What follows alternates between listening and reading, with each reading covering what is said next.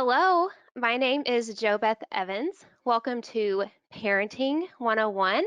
I'm coming to you from Arkansas. So, first, want to give a big shout out to Dr. Wilson for allowing me to be part of this movement. I would like to share a little bit about myself before we get started so that we don't feel like complete strangers. I also want to note that over on your right, you're going to see a chat, and you are welcome to send me any little messages. Like, you can tell me where you're from so that I don't feel like I'm all alone over here on the other side of this. And Dr. Wilson will put those through to me so I can see those. But like I said, my name is JoBeth Evans, and I'm from Arkansas, which is in the United States. And I have worked in education for almost 10 years. I'm an instructor currently at the University of Arkansas, and I'm also a college success coach where I help students make the transition from high school over to college. And above all, I am a mother, which qualifies me to be here talking to you about parenting during the pandemic. I have a 3-year-old girl who is here today, and hopefully she's asleep right now. And I also have a 9-year-old boy. So, like I said, go ahead and you can post in the comments where you're from. And with at any time during this, you can go over there, post questions, comments, anything you want to say. Also, you're going to see a little PDF symbol over on your right, and it says Pandemic Parenting 101 PDF. You're going to want to click that, and you can print it out or you can just copy down the questions. So I believe that changing the world starts at home with what we are doing as parents and how we show up for our children. There's no doubt that there's a lot of bad things happening in the world right now, but there's also a lot of good. So today I want to start by telling you a little story that I heard the other day. There once was a man and his son who lived in a small village. The man had a white horse that was very valuable. It was the most prized possession of this man's. One day the horse ran away. One of the neighbors came over to the man and said, "Oh, I'm so sorry that the most expensive thing that you own has ran away and you don't have it anymore." The man looked at her and he replied, "Who's to know what's good or bad?" The next day, the man's horse returns with a whole herd of horses. The neighbor comes back over again and says, "Congratulations, you have so many horses now." The man replies, "Who knows if it's good or bad?" The neighbor lady was even more confused this time as she left the man. The next day, the man's son is training one of the wild horses. He gets bucked off the horse and it breaks his leg. The neighbor comes over again and says, "Oh my gosh, I'm so sorry. I heard about your son. I broke his leg. I'm so sorry. It's horrible." And of course, the man replies, "Who's to know what's good or bad?" I can only imagine what this neighbor lady's thinking, because that's not typically the response we get when we see a parent whose child has broke their leg. So I'm sure she's thinking at this point that the guy has absolutely lost his mind. But the next day, the military comes through, recruiting all able-bodied young men to go fight in the war. And of course, his son was not able to be recruited because of his broken leg. We know that people losing their lives is bad. But outside of that, who's to say what is good or bad? This story is custom made for our challenges during the pandemic. As parents, we're challenged on a regular basis, even in normal times. Surely there is good and bad coming out of our experience with COVID-19. So today I want to talk to you about 7 ways to parent during the pandemic. And it all starts with self-care. If you have seen any of the presentations through this conference, you have seen the echo of self-care. And if we want to be world changers and we want to be world changers in our homes, it has to start with us. So there's 3 things that are really important when it comes to self-care. That is, 1, limiting your junk foods. If you have been on social media at all, you have seen all the jokes and the memes about how people are basically just sitting at home and eating. And that is not good self-care. It is not good for you. It causes you to feel crummy, and that is not in any capacity taking care of yourself. So the two things that I really want you to consider limiting is sugar and excess caffeine. So if any of you are feeling anxious in these moments at home, it could be because you're drinking a lot of coffee and it has a lot of caffeine in it and it's causing you to feel more anxious. And also we know the story of sugar. The next thing is moving your body. You don't have to start training to try to take Usain Bolt's running record from him, but you should take your dog for a walk or go outside and take a hike or something. I prefer doing workouts on Beachbody because they're simple to pull up on my TV and they can be over in, I mean, anywhere from 15 minutes to an hour depending on what you want to do. And I think that if there's one thing that you can do for yourself during this time, it's to start implementing some kind of workout routine. So the next thing is one of people's most favorite things, and that's sleep. I think that with this pandemic, something has happened that all of our bodies have been waiting for, and it's time to rest. We are constantly push, push, push, go, go, go. And, we're always just like, oh my gosh, I wish I could sleep in. I wish I could take a nap today. And guess what? We now have the opportunity to do that. So I want you to go to bed, take a nap, and enjoy that time. So for our kids, everything is different now. They're not going to school. They're not going to their sporting events. They're not seeing their friends. They're probably not going and staying the night places. So the more things we can keep constant with our kids, the better. So I suggest, at minimum, keeping their bedtimes the same, where they can go to bed and wake up at the same time every day. So at least you're keeping one thing constant for them. So on the first question on your handout is, how can I show myself self-care? So if you want to go ahead, you can type those in the comment box, and I'm watching for those to see if see what some of you have to say. Um, Self-care looks different for everybody. So some people may consider getting their hair and nails done self-care, or doing yoga and meditation. We've seen a presentation this week about breathing and just taking a second to breathe and be in our bodies. And it seems silly, but at the minimum, just take some time to breathe, which is also another way to care for yourself. So I'm not seeing any comments come through. That doesn't mean there aren't any, but I'm not seeing any. So I'm going to go ahead and move to the next point, and hopefully some of those will come through. So, in addition to self care, I also want you to find normalcy in your new life because that's basically what you have. I hear a lot of people talking about what they're going to do when the pandemic's over. They're going to wait. They're going to wait to start their business or to wait to write their book, or they're going to wait to get, whatever it is that they're wanting to do. It's like they're sitting at home waiting. And I don't want any of us to be waiting on anything. I want you to find your new normal in these given circumstances. So, what does your day look like? And what do you want it to look like?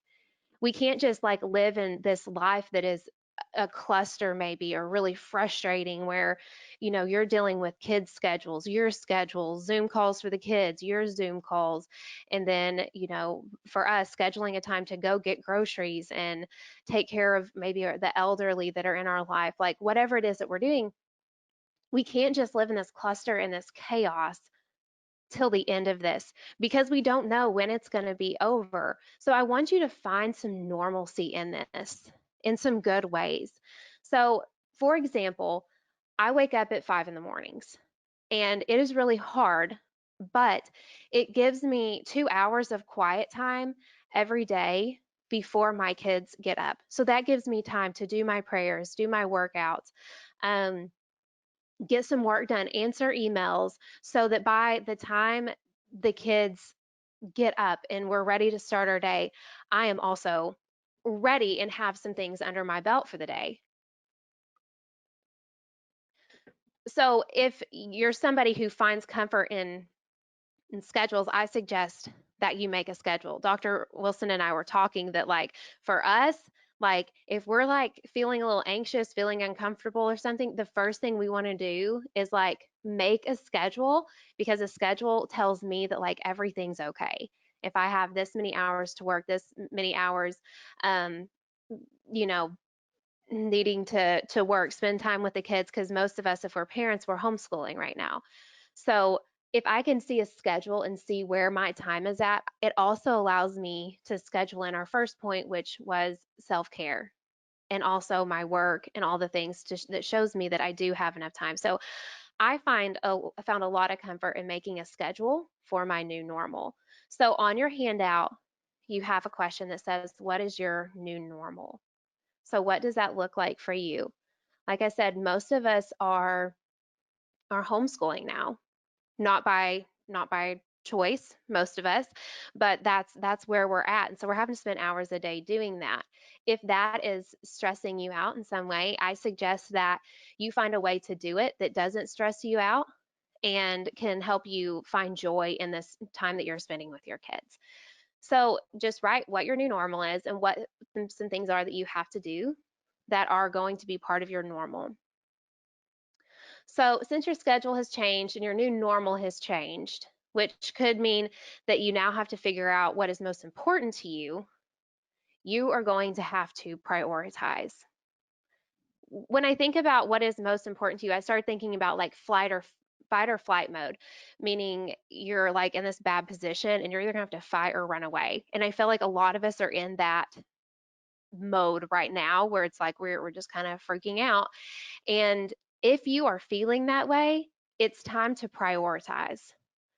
What most people um what most people say is most important to them is not where they're spending their time. And I always find it really interesting when I ask people,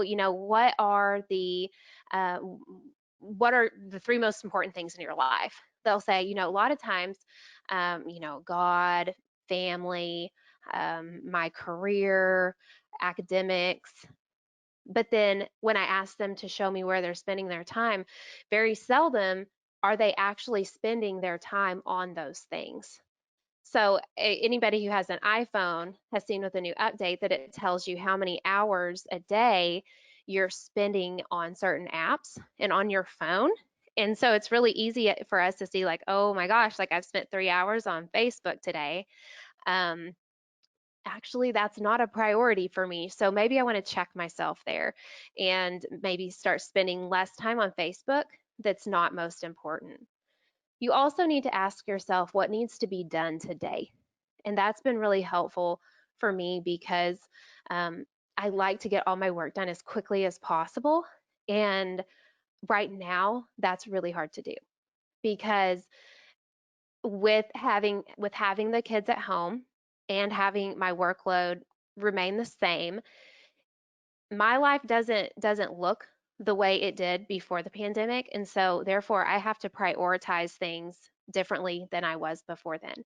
So figure out the things that have to be done today, things that have deadlines, things that you can't put off, and get those things done, and then allow yourself permission to move the other things to the next day. So here's another thing. Are you doing some things that you don't want to do that you can stop doing? There are things that you're doing that you just don't like doing as parents. Like as parents, we love our kids, we want them to be successful, all that stuff. But listen, do you like doing the dishes? No. I mean, so I'm sure somebody likes doing the dishes, but like I don't like doing the dishes. People in your home, other than you, have the ability to do some of the things that you don't want to do. So teach your child to do the laundry, to wash the dishes, clean the house. These things are not child abuse. It is a life skill that will help them build confidence in themselves. These are things that they need to know.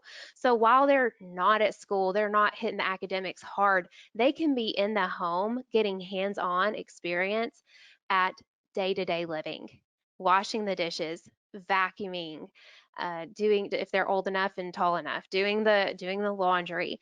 There's things that they can do that are going to really benefit them in the future and really help you out a lot. So think about what are the things that are most important to you that you need to do. So that's one of the questions on your handout. What is most important to you that you need to do? And feel free to put those things in the comments because I want to know what is most important to you that you need to be doing every day.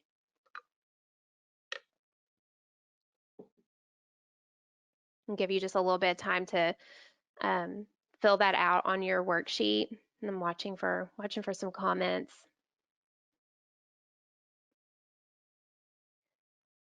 Okay, I'm going to go ahead and move on. So, if we talk about what is most important to us, then naturally we have to talk about what is not important. So, let's talk about some things that we can kick to the curb. I, as me, just myself, I take a lot of pride in being able to do it all. It's really what I strive for.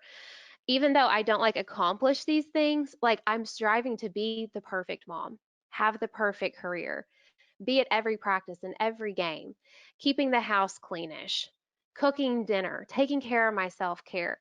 But the problem is that at times like this, we have to let ourselves off the hook a bit, and that it does not feel good to me at all. I don't like putting things on hold or pulling back the reins, but I also don't want to end up losing my mind.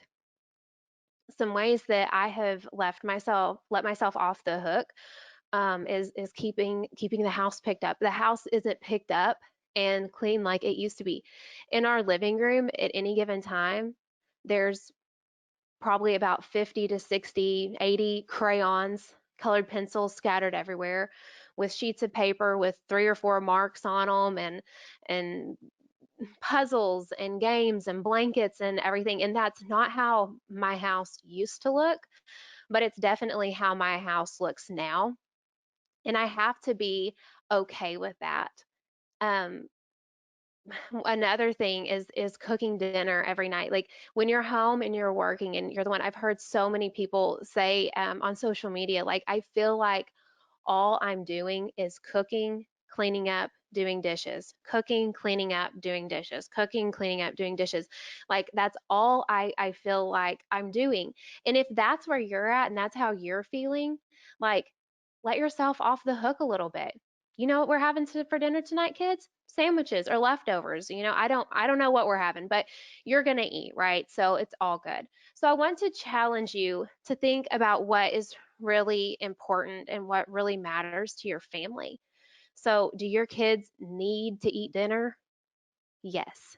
Do they need chicken Alfredo with you know, baked carrots and a Caesar salad? No. And they don't care how much time you put into your dinner. Okay. So a lot of us are trying, doing new recipes and trying to do our best at least a couple nights a week. So last night I made some epic orange chicken. And I mean, I thought it was really great. I was really proud of it. I'd spent a lot of time cooking it. So that was a little bit of my fault for being like really proud of it because then I had the expectation that the family would love it. But we're eating, and I look over, and my son's face is like a purplish reddish color. And I was like, it's like, what is wrong with you? Like, at first I thought he was choking, and I was like, what is wrong with you? And he looked at me and just like looked at this chicken that I had made, the chicken that I had like spent a lot of time on. Anyways, he hated it. Like he hated it to the point that like he almost threw up at dinner. And I had spent a lot of time on that dinner. But my point is that sometimes the things that we think matter don't. My son would have much rather have had a can of ravioli than what I had spent hours of cooking. So, do the kids really care if we cook a big nice dinner? No. Do they care if the house is clean? No. So I think that when it comes to these things, we can let ourselves off the hook a little bit. So, along with kicking things to the curb, we need to think about the time that we're spending in the positive and in the negative. And you want to give equal airtime to both. So, At minimum, you need to give equal airtime. So let's just say you want to watch the news. That is perfectly fine. But listen, y'all, the news is so sad. It's sad. Is it the reality? Some say no, some say yes, but it is somewhat of a reflection of what our nation and what our world is going through right now, and it is sad. Okay? You want to watch the news for an hour and be sad. That's fine. Being sad is part of the human experience. We want to be sad that COVID-19 is a thing, and we want to be sad that people are losing their lives. It's an emotion that we want to have, but it's also an emotion that we want to control. So if you want to choose to watch the news and be sad for an hour, fine. But then I want you to go and watch a feel good movie for an hour. You want to worry about your parents or your kids getting the virus for a little bit? That's fine. Now, go call your mom or go spend time with your kids who are fine, who are alive and well. Spend time and enjoy them. Don't allow yourself to be consumed by the negative. Feeling negative emotion, like I said, it is good and it's part of our human experience, but we do not want to bathe in this sadness to the point that it damages our lives. And I see you guys out there. I see people on Facebook who are like rubbing on the sadness for like it's tanning oil. Okay? Like I see you out there, and I just want to challenge you. If you feel like you're that person who is just consumed with with what you're seeing on news, and you feel like for some reason you have to sit in this sadness all day, I want to challenge you to give equal airtime to that.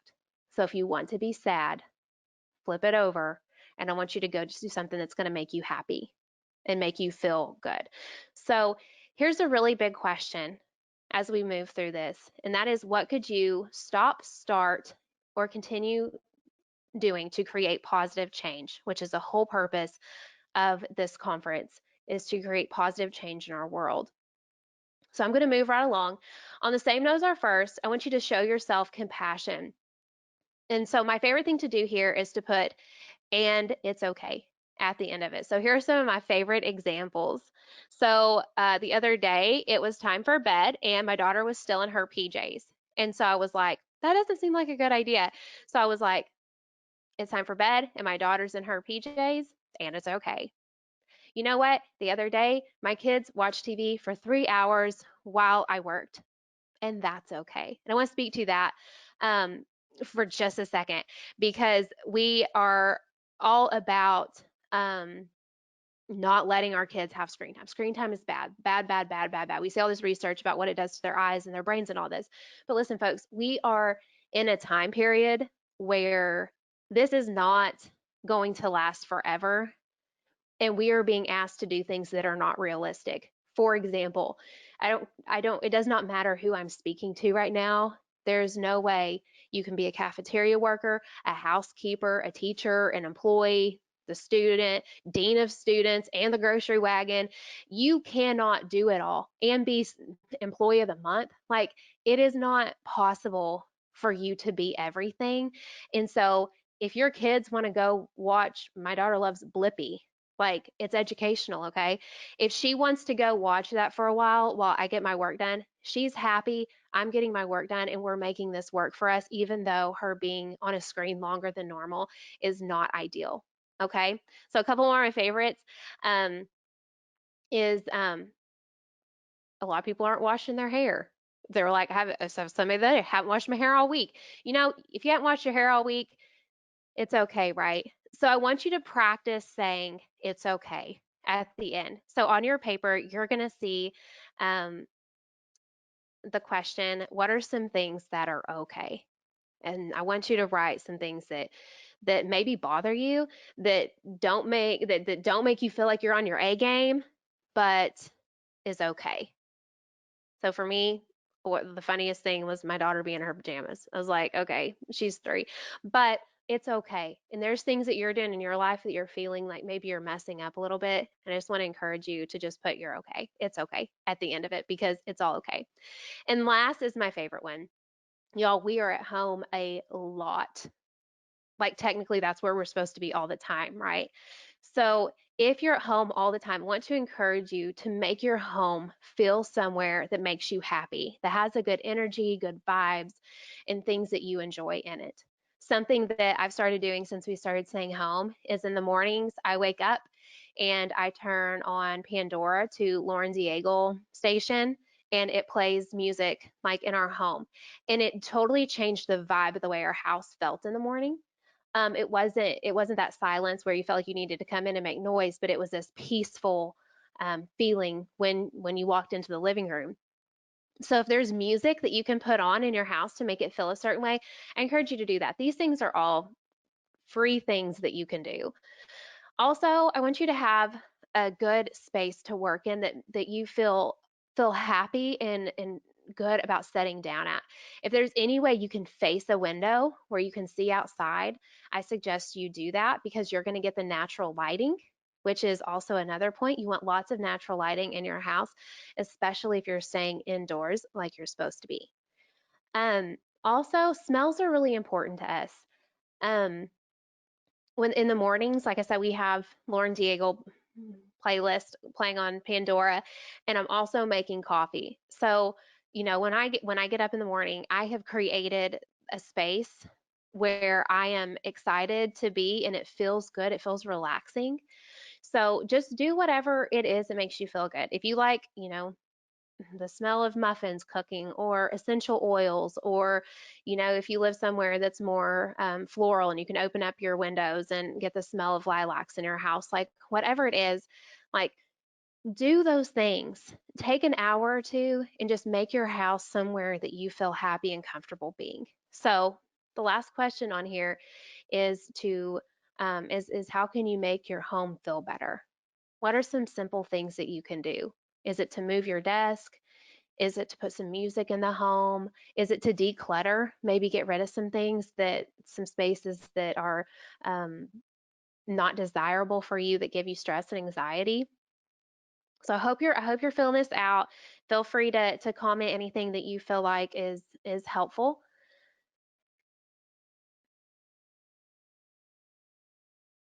Okay, so the final takeaways for parenting during the pandemic. These are big picture ideas.